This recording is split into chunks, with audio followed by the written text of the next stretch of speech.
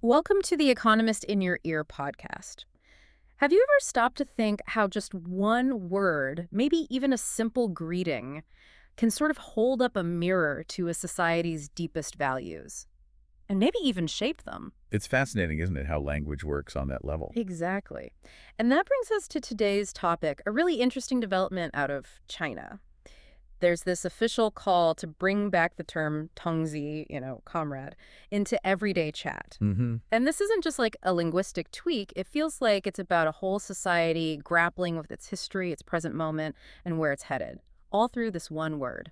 And the trigger was that opinion piece in the People's Daily. Right? That's the one. It really kicked off the current discussion. And just to set the stage for you, our listener, we're not just going to summarize that piece.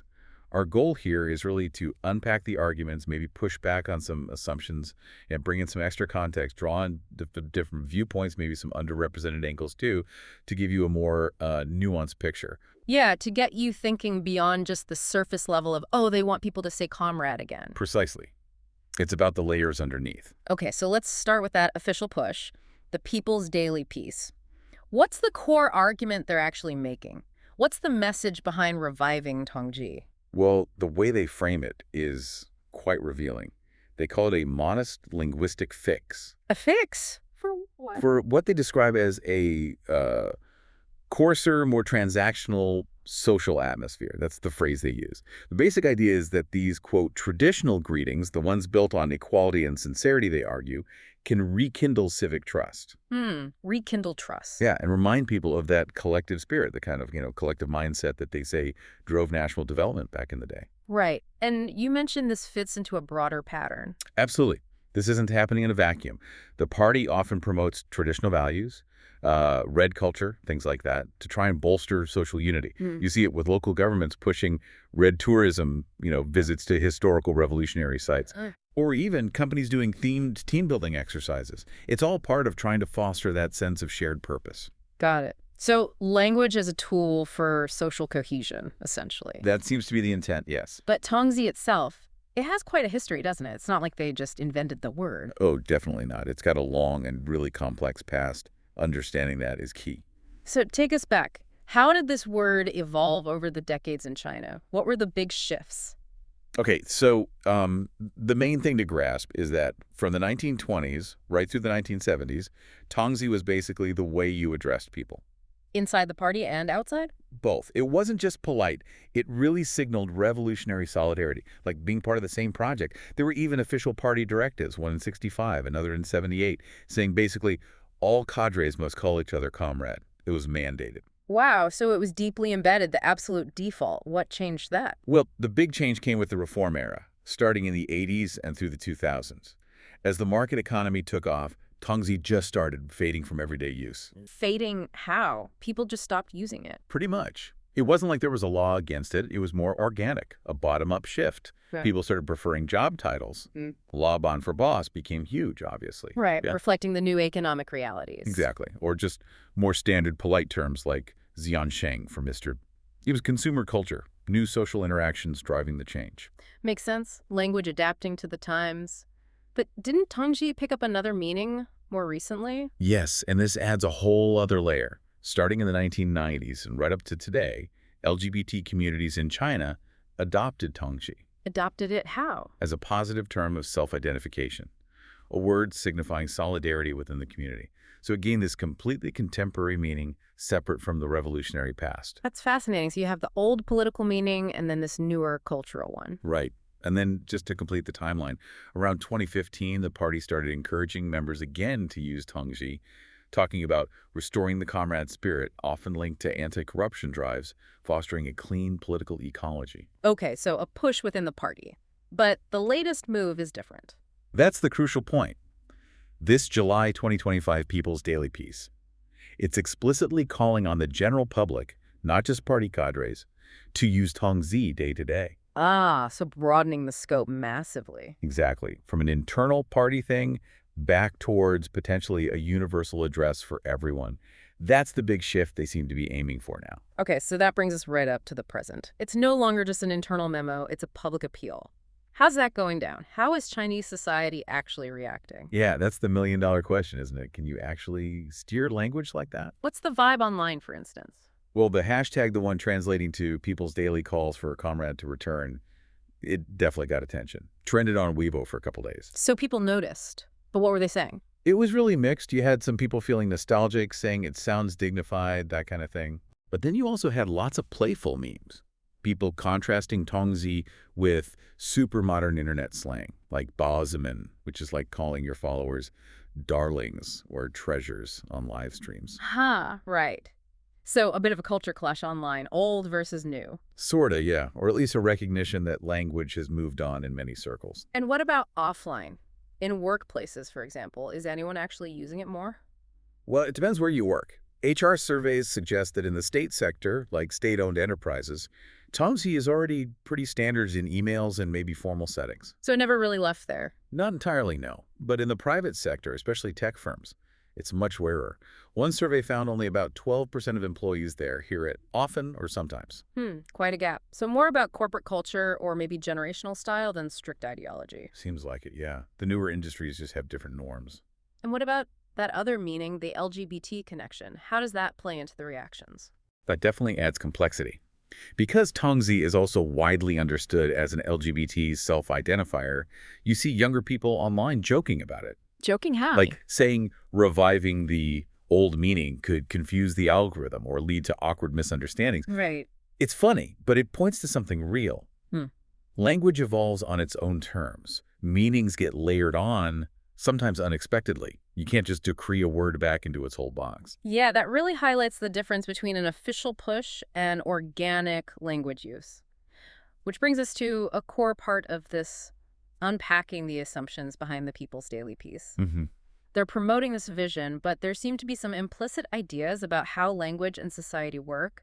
What are those assumptions, and how might we look at them differently? Okay, yeah, let's get into that. Assumption number one, I'd say, is the idea that language change can effectively be driven top-down. That the government or party can just decide a word should be used, and it will happen. Pretty much. But, sociolinguists generally find that language shifts really stick when a word or a phrase meets a practical need for the people using it. Like what? Give me an example. Well, think about Xiansheng, Mr. Vathercore. It signals politeness, a certain formality, useful, or laud boss. It clarifies hierarchy, which is important in many workplaces. Even emojis, they add tone, warmth.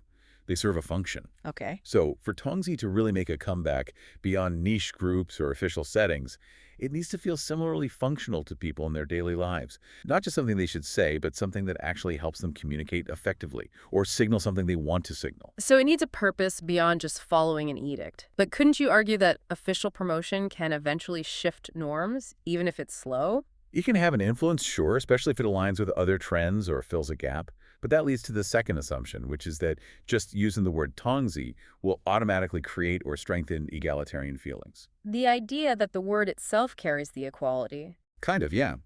The argument seems to be, use an equalizing title, get more equality. But does a title alone really change how people perceive status or power? Probably not on its own. Right. What arguably matters more is the reality on the ground. Do workplaces actually have flatter structures? Is pay transparent? Is decision-making more collaborative? If those things happen, then using an egalitarian term like Tongzi might feel authentic. It might ring true. But if the underlying structure is still very hierarchical, then calling everyone comrade might just feel like, putting lipstick on a pig, a superficial layer that doesn't change the reality. actions speaking louder than words, basically. Okay, what about the article's take on modern greetings being flippant? Yeah, that's the third assumption, or maybe framing, worth questioning. They imply these newer terms lack seriousness or sincerity. Like the Bayazaman darlings you mentioned. Or maybe calling young women my new beauty. Exactly. Those are often cited.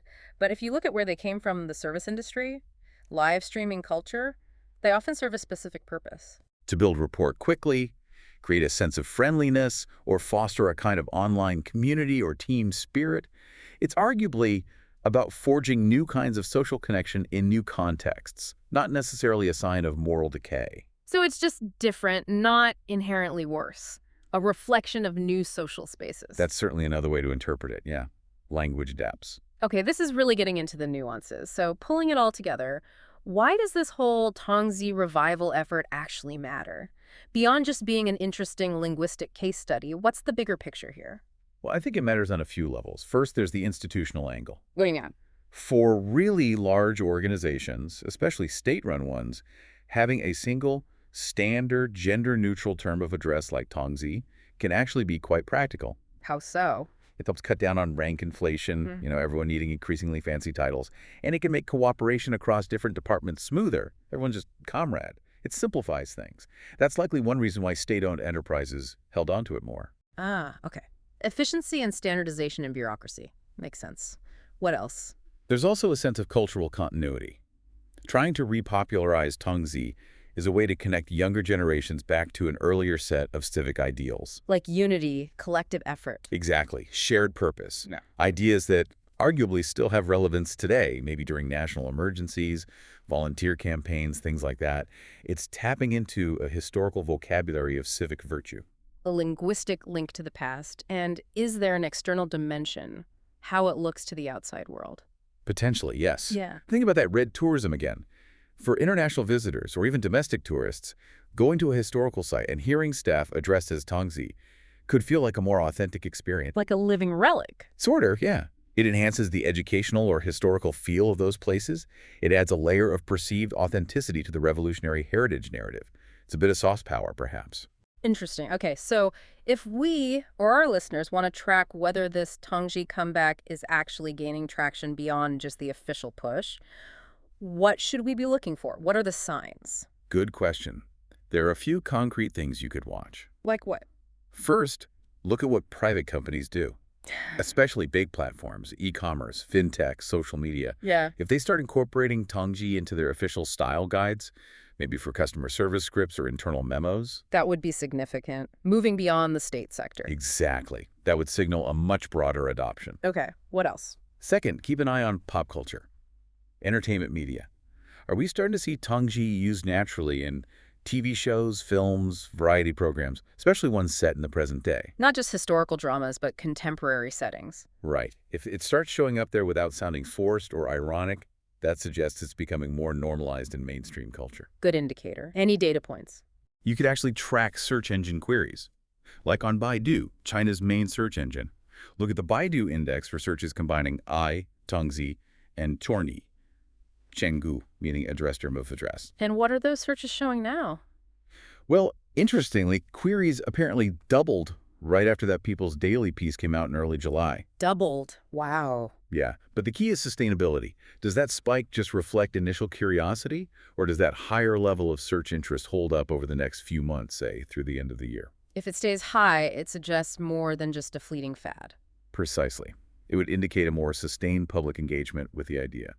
So yeah, the bottom line, I think, is that this push from the People's Daily is part of a longer-term official effort, an attempt to use language to shape social norms towards a kind of egalitarian civility they value. Right, and based on what we're seeing, the initial reaction is maybe more curiosity, maybe some nostalgia, but definitely not straightforward acceptance everywhere. Not at all.